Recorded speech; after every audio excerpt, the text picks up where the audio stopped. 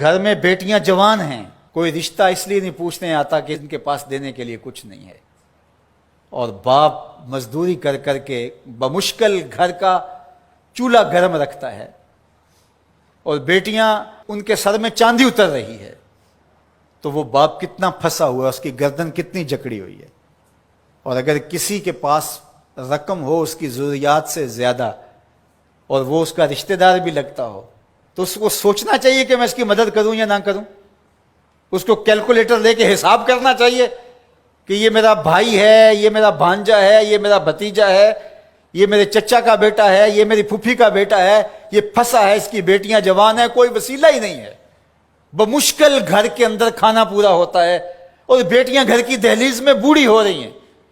اور اس کے پاس دولت کے انبار ہیں، اور یہ سوچے گا۔ اللہ فرماتا ہے یہاں بغیر سوچنے کے چھلانگ لگا